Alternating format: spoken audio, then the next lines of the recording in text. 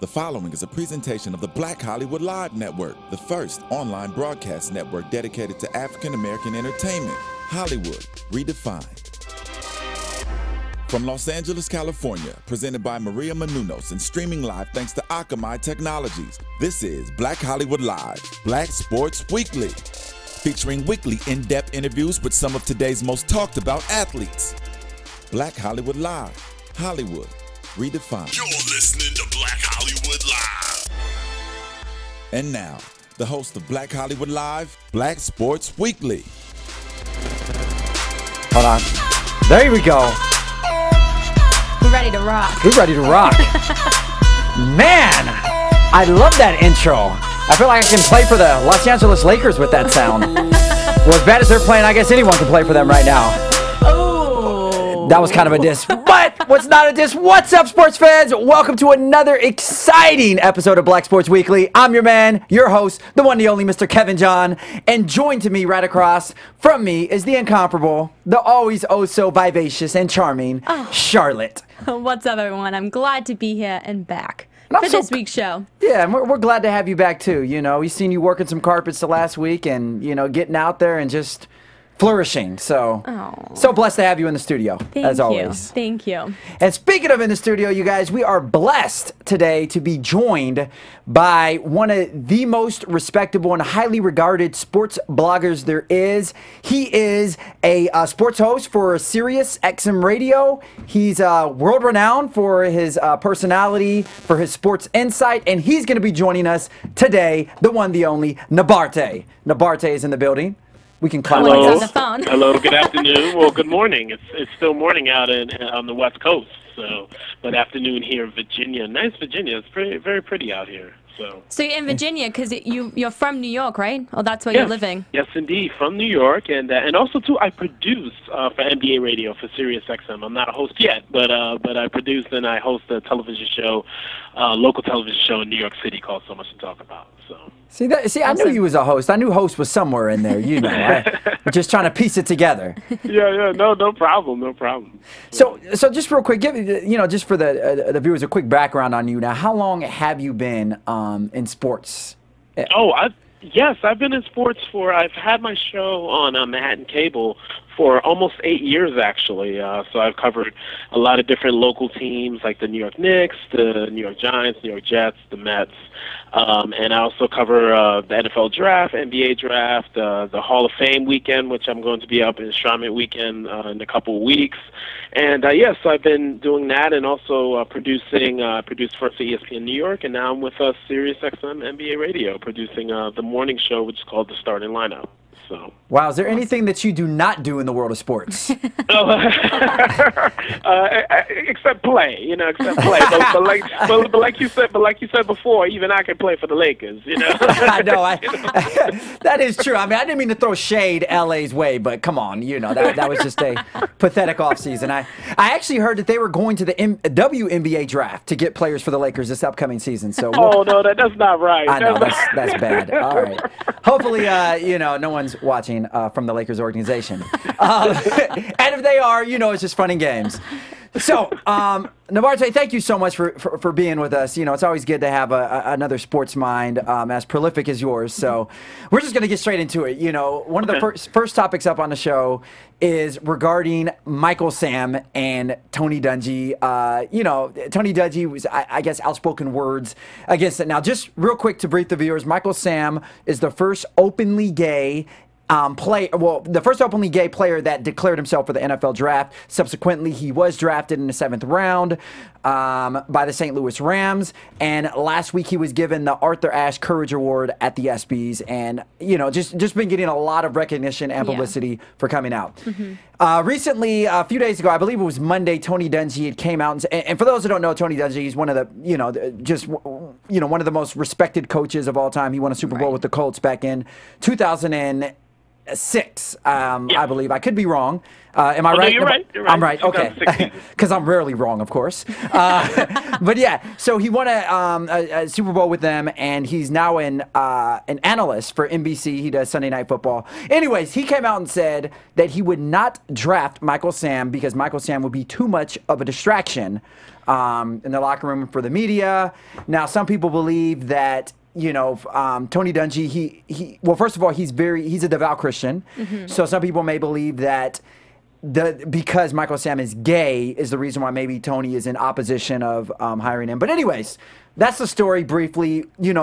Charlotte, we'll start off with you. What are your thoughts about this? Well, everyone's entitled to their own opinion. Obviously, I mean, this is the 21st century. But when you have social media, when you have such a high-profile situation, it can only cause negativity, which is kind of not what he needs right now. I mean, once football season starts, there's going to be no more about this. It's going to be all about football. But right now, football isn't in play. We need to, I guess people kind of need something to talk about. And I just want him to get on the field, get playing. He was drafted in the 7th round. He's not the best player, but I want him to be able to get on the field and just prove everyone wrong. Prove everyone wrong, get on the field, play good. Just do it. Because there's too much talk right now, too much speculation. Is he going to be doing this in the locker room? What's going to happen? And it's not fair. Everyone's entitled to be who they are. And we've spoken about this last week on the show. And I don't think it's right that somebody who is so well respected to put out such a negative statement. I don't think it's fair on Michael Sam, on the fans, on anyone in this situation, really, because I think everyone is probably nervous going into the season. I mean, the players, maybe they're thinking, oh no, what's going to happen behind closed doors, and there's just a lot of speculation. So I think this could have been avoided.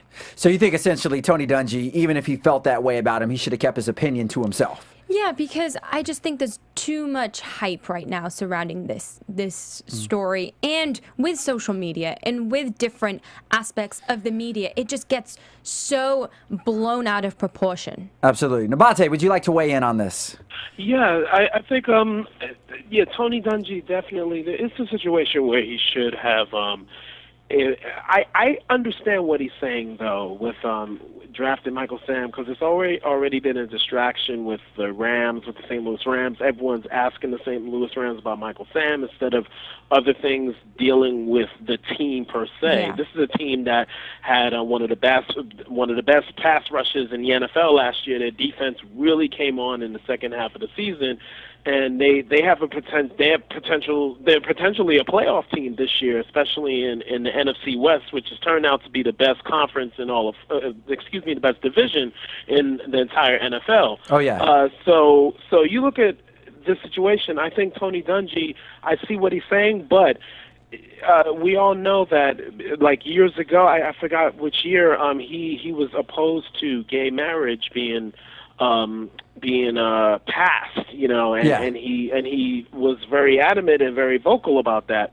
So I feel like, we kind of know what his opinion is. I felt that with that track record, he could have not said anything, actually. But I do understand his point, but people are going to look at the track record. People are going to look at the history of someone's opinions and someone's viewpoints on certain situations. So exactly. I feel that he could have not said anything on this, but he did have a point, because now everyone's looking at Michael Sam with a microscope now, and like Charlotte said, he has to perform now, has to do what he's supposed to do, and he's a good player. Like, he could have been, if he didn't come out, which is unfortunate that, when he came out, his stock went down. He should have been really a 4th-round pick, basically. He had a 4th-round grade coming out of Missouri. So, it's up to him now to really be able to prove it to himself and prove it to his teammates that he belongs there. And at the end of the day, as long as he has the support from his teammates and they treat him as a member of the family, that's what counts. And like I said, St. Louis, that defense is extremely talented, and if he finds his place in that defense, in that front seven, then the sky's the limit for him. Right. Yeah. Now, pretty much what it seems from what you guys have said is the consensus is as long as he performs well on the field, goes out and does what he needs to do as a player, then ultimately that will, that will erase, well, not necessarily erase, but at least, subside the distraction and everything that's coming around, because they drafted him to perform well on the field. They drafted him to be that outside linebacker presence, and to, further complement the pass rush. Right. Not for the distraction. But see, this is my thing when it comes to distractions. NFL is for distractions. Okay, Johnny Manziel, all right? Probably the biggest distraction we've seen in the NFL in the last 2 to 3, well, since Tebow. And, Nabate, you actually covered New York sports. How big a distraction was Tim Tebow when he came to the Jets? What was that, 2 or 3 years ago?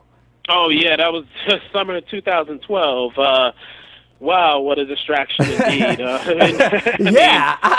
It is kind of similar. It's a very polarizing effect that Tim Tebow had, and the fact that that was just a messy situation, just in general, because when you look at it, I mean, he's not in football now, and I feel that's a shame that he's not in football, because he led the Broncos to an 8-8 record, won the wild card round, hosting a wild card game against the Steelers, won that game in overtime, threw for 319 yards, and this kid really should be on a roster, but at the same time, though, he's not, teams have seen that his mechanics are still off at the quarterback position. But you have to let him be himself if he's won games. That's the thing. You can't have anyone that's prototypical, and especially now in the NFL, the Wildcat is successful now. All types of schemes are going on that people deemed that would not be successful at the next level. So. I just feel with Tebow, like I said, I kind of digress, but it was a huge distraction for the Jets, and it really led them to have a 6-10 season, a season that was very disappointing overall. But and it's true. I mean, there's so many other distractions in the NFL. There's drugs. Yeah. Mm-hmm. Arrest. There's domestic abuse. There's drugs, there's domestic abuse, there's womanizing, there's alcohol. There's just so much other that if you look at one player and hone in on one player, you're probably not going to find a lot of good about him that he's probably doing off the court. Mm-hmm. Everybody somewhere trips up, does something that may not be exactly what the audience and the fans are wanting from him. Uh-huh. But when everything's microscoped and honed in on, it just tends to come out in a negative way for not just the player, but you're right, it tends to kind of be a group and team. It just rubs off on on everybody. I agree. And this is actually my question in regards, just to bring it back to Michael Sam. If Michael Sam comes out this year and kind of has just a mediocre to below average year, doesn't really do what's expected of him with the organization, and just has a below average year. Do you think that all the scrutiny that he's getting right now would, long term be a disadvantage to him? And the fact that it's possible he can find himself in a Tebow-like situation 2 years from now, just because of all the scrutiny that he's getting if he doesn't perform well? Ooh, yeah, that's an excellent question. I think with Michael Sam, the thing is that he's a 7th round pick, so there's not much of an expectation for 7th round picks. So this is basically his only chance. Yeah, that's it. Even if he did not come out, it would be his only chance, basically. So this is a situation where he has to make the most out of it, and I think a successful season for him is to make the roster. That's a successful season for him, to make the 53-man roster, and if he's on the bench, that's still a success, meaning that he's a competent backup. Because, like I said before, that front seven for St. Louis is pretty stacked. So it's something for him. All he has to do is make the team. But if he doesn't make the team, I think, like I said, even if he didn't come out, it would be very hard pressed for him to make another roster, especially if he doesn't show anything in the preseason. That's a very interesting assessment and prediction there. I mean, I kind of agree. It feels like this is his only shot, because what other team we've seen, what happens when teams turn into media circuses, hence the 2012 Jets. It does become a distraction. And just to kind of bring it back to what Tony Dungy was saying, he knows what it's like to have a locker room divided, what it's like for for there to be polarizing players in a locker room. It splits up the locker room. And, football is that sport, as with any sport, where you need that unity. Yeah. You need that camaraderie, everyone to come together. And it's unfortunate with certain players that bring a polarizing connotation to the locker room. And, you would hate to see that with someone like Michael Sam, but I kind of do understand where Tony is coming from just from that standpoint. It could be a potential hazard for the locker room. But at any rate, I wish Michael Sam the best. I really do. Yeah. I think he's a courageous young man. I think he's a talented young man. And I feel he deserves a fair shot to make the team and to do what he has. So, speaking of fair shot, someone else who's trying to get a fair shot in the legal world is... Oh, goodness. He is just defamed team owner Donald Sterling. Donald Sterling is looking for a fair shot to actually keep the Clippers. And, the thing that I think most astonishes me about this whole thing that's going on is why Donald Sterling keeps fighting. At one particular point in time, it looked like he was willing to give the team up, sell them to that Microsoft owner, I forget the billionaire, I forgot his name. Steve Ballmer. Ballmer, thank you. Ballmer. See, that's why I like to have Nabate here. He's like a Google for sports. He knows everything. Some days. Got to catch you on a good day. But yeah, it seemed like, things were coming together. He was going to get rid of the team. But as of recently, it just seems like Donald is just not going out without a fight. I mean, I think he just wants, I think he likes the attention. I've said this all along. I think he believes that the way he's come about this situation, he loves being in the public eye, and he doesn't want to leave easily. He wants to keep, I mean, he's suing his own wife. He's not just filing a lawsuit against the NBA, it's against Shelley too. And he just needs to stop. And was it the owner or the coach that threatened to leave? If Sterling stays... Oh, Doc Rivers. Yeah, if Sterling stays, the owner, Doc Rivers, has threatened to leave because he doesn't believe that he should be allowed to be an owner. And I think that just speaks more than words can. Yeah.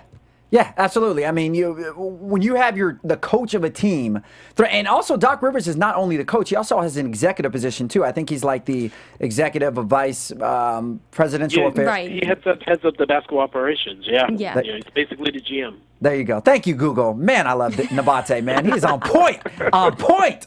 So, yeah, not only is, Rivers a coach, but obviously he has some other responsibility on the team. And for him to threaten to leave over this, like you said, Charlotte, that speaks volumes. And then also think to the players. You have to think when November comes around, late October comes around, and, 2014-15 NBA season starts, and Sterling is still... if he is, presumably still the owner, are you going to have players that still want to come out and play for this guy? You start to realize just the down trickle that it can do. And I think Sterling is just bad for basketball. I mean, he's bad for the NBA, and he sends off the raw messages. Nabate, would you like to chime in on this? Yeah, I just don't understand. Like I think Charlotte mentioned it, and she nailed the hammer right on the nail. She always does. He wants attention. That's what it is. And but I don't understand. He made a $1.88 billion pretty much like that difference, $1.8 billion on that team. He was able to get that. Because he only bought the Clippers for $12 million in 1984 when they were the San Diego Clippers. Excuse me, the 1981, I think. But so he bought the team for $12 million. He gets it for $2 billion now. That's $1.88 billion profit, and he's not happy about that. Yeah. This is it just totally makes me. It's just asinine to me. From the standpoint of this guy not realizing that it's funny, what he did pretty much builds up his family legacy, which he was already a billionaire, but it even accentuates the legacy of his family for generations to come. But it's just unbelievable, and also too, he's delusional that he's been the worst owner in sports for the past 30 years. This team has made the playoffs. It made the playoffs 3 times, basically, in the last 30 years, 4 times, including this year. And I think, 5 times, I think, overall in the last 30 years that Sterling's teams have made the playoffs, number one. Number two, there have been complaints from employees of not getting paid, of them having to sue him to be able to get their paychecks and to be able to have expectations met and also obligations filled from their time with the LA Clippers, and also the conditions that the players went through in the 90s, especially when they were in the LA Sports Arena. I mean, just things like this. He's delusional, and now he's at a point where dementia, Alzheimer's, whatever it is kicking in with this man. And really, all they can do, I think with Doc Rivers and Chris Paul threatening to leave, I think that's a little, I think it's a little too much, because if they were going to make a statement, they should have made a statement against the Golden State Warriors and not played in that playoff series. I agree. If they were really going to make a statement, absolutely, that would have been more powerful. Oh yeah. So that's how I feel about that situation, and I feel that they need to let the NBA do what they need to do and let it let everything remain on course and go from there. You're right. Now, real quick, I got to stop. You said let the NBA do what it's supposed to do. Now, we saw a few months ago when Adam Silver, the NBA commissioner, handed down the harshest punishment, I think, in the history of NBA owners, and he banned Donald Sterling, from the NBA for life. But that, to me, I guess I don't understand. How is he banned from life, but he still is able to own this team and still be able to play an intricate role in this team as well? Isn't that some sort of contradiction or? I thought a ban was you're no longer to be involved, right? Absolutely at all. But yet I don't understand how Sterling is still fighting this out. Yeah, it's unfortunately the appeal process, and that process it just drags everything out. And this is what I was I can see what Mark Cuban was saying about a slippery slope. And what he was saying about what the NBA made a very rash decision, and I think they did they should have waited a little bit just to make sure they had everything, their T's crossed and their I's dotted. I agree. To make sure that they can be able to really have everything set on how to back up their decision. So it's a situation now where now it goes through the appeals process. This man is an attorney himself, Sterling. That's what he was at first, and then he got into real estate. That's how he was able to amass that fortune. And so you look at a situation where, he's going to not quit. He's going to go into all the study in the law school and all the cases, the experience he has, and with the attorney that he has, they're going to come back with some legitimate things to talk about from the standpoint of Donald Sterling's right, and the fact that he was recorded without him knowing. That's true. It's just a mess, and I feel that NBA could have waited a little bit to make that decision. But at the same time, the NBA does have a valid case from the standpoint of this man does not, his mentality and also his incompetence as well does not belong in the National Basketball Association, does not belong with the brand that the NBA presents. Yeah, exactly. I 100% agree, and I think I think at the end of the day, $1.8 billion is a lot of money. Sterling, take the money, go buy an island somewhere in the middle of nowhere, and live the last 10, 15, 20 years of your life just in solitude, happy, and leaving everybody else alone. Right. At least that's what I would do. But then again, I don't know if you want to give me $1.8 billion. All right, moving on. I guess speaking of $1.8 billion, as we all know, Major League Baseball players do get the highest contract of all professional sports athletes. And interesting thing happened in baseball this week. Now baseball is known as what? America's favorite pastime, right? Yeah. Isn't that what baseball is always? Well, unfortunately, Nationals infielder Anthony Rendon had this to say, that he believes that baseball is extremely boring. He said he rarely watches the sport, and it's long, it's boring, and all this other thing that he had to say about it. Now, keep in mind, you know, he is a professional ball player, and this is his job to play baseball, but it kind of, you know, it's really an interesting thing that he is saying. You know, we've heard in the past, I guess 10 years, umpires and stuff have been doing things to cut down on baseball, like, you know, not giving teams a lot of timeouts, batters in the box. They don't get, you know, in between each pitch, they should not step out. They're trying to do everything they can to condense it and make it a lot shorter. But, you know, this has always been an ever-going issue with baseball, even though it's America's favorite pastime. Is it America's most boring pastime as well? Well, I think it's baseball is something that you go with sunflower seeds and a beer, and you go and chill, and that's what a lot of people do. Because you don't have to be a true sports fan to go to a baseball game, which is, I have a lot of friends that go to baseball games, and they're really not sports fans. But going to basketball games, going to football games, it's higher energy. Oh, yeah. There's a lot more going on. Baseball is more chill, that anyone can kind of watch, and maybe it's a little boring, but I think for a professional baseball player to say that, I just think it's a little risky for all of his fans, all of baseball's fans. I just think it puts baseball in more of a negative light, saying that he doesn't watch it. Because I would think a true professional player would live their sport, would watch it, would be totally immersed by the sport, but that's obviously not what he is. I 100% agree with you. I mean, this is a slap in the face to all the baseball fans and fans that come out there and watch the Nationals every day. It's kind of like he's taking for granted what he gets to do, you know, and what he has. It's kind of like, you know, when Megan Fox, the actress, was like, "Oh, Transformers sucks. The script is horrible," and just totally sabotage the whole thing. It's like, you know, come on, you know, you're representing this particular franchise as Rendon is representing the Nationals, and I think that, you know, it's really, you know what, if I was a Nationals GM, who I believe is Matt Williams, could be wrong, what I would do is I'd be like, okay, Rendon, you think baseball is boring? Well, you know what? I am going to deprive you of your salary the next couple of weeks to see how boring baseball is and to see if you really, like, seriously, you know, I don't know. I feel that he needs some kind of reprimand or repercussion for his actions here.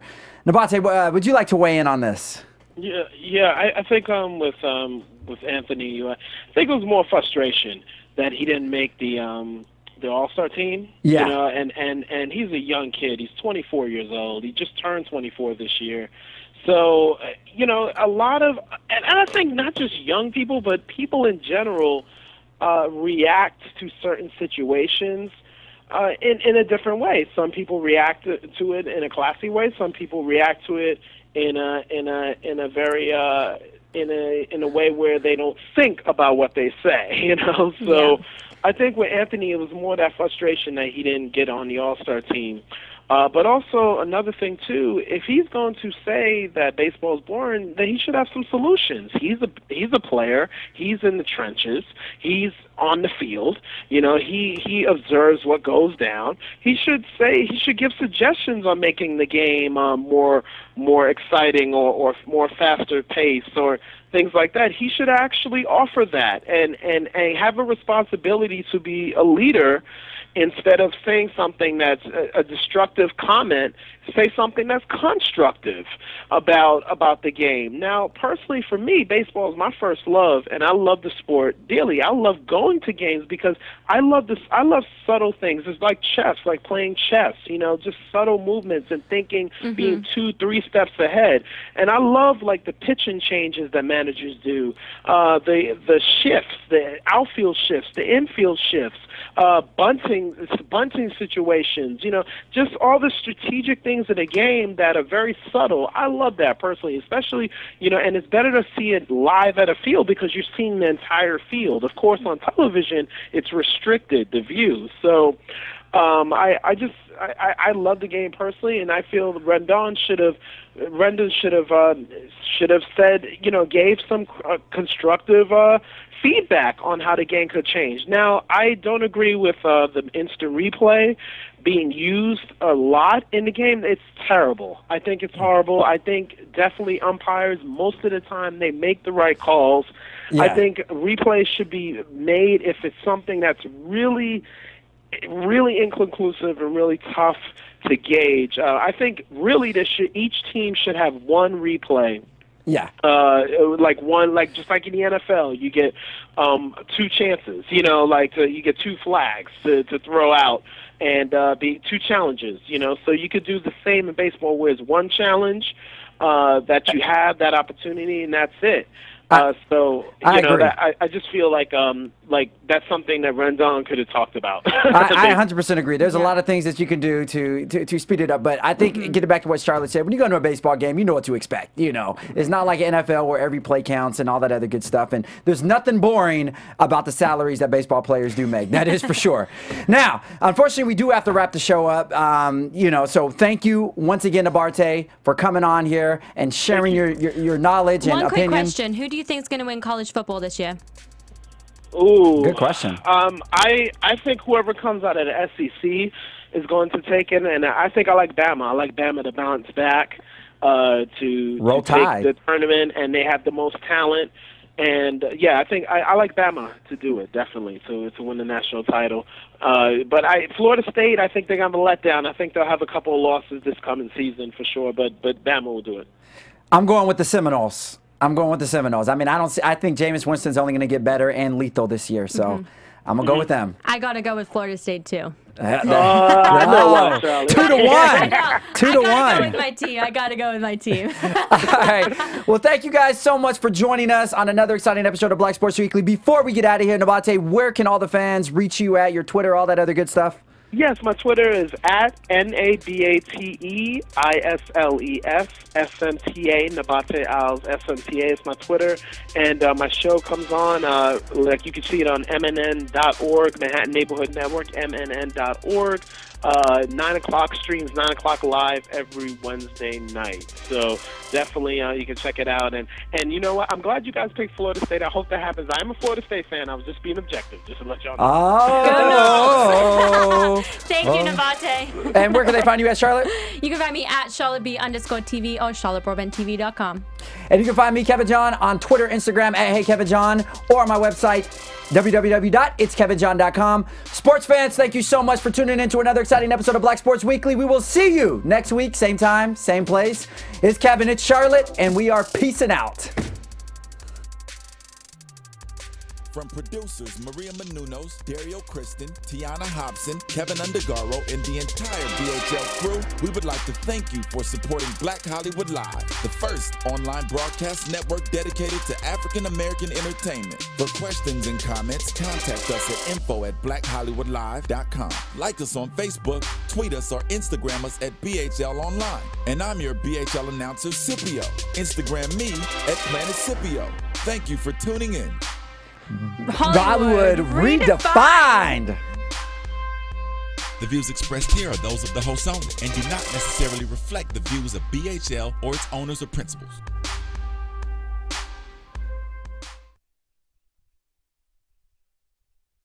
Thanks for watching Black Hollywood Live on YouTube. For more in-depth interviews and news, subscribe to our channel here, and be sure to share your opinion in the comment section below here. See you soon, everyone. Bye.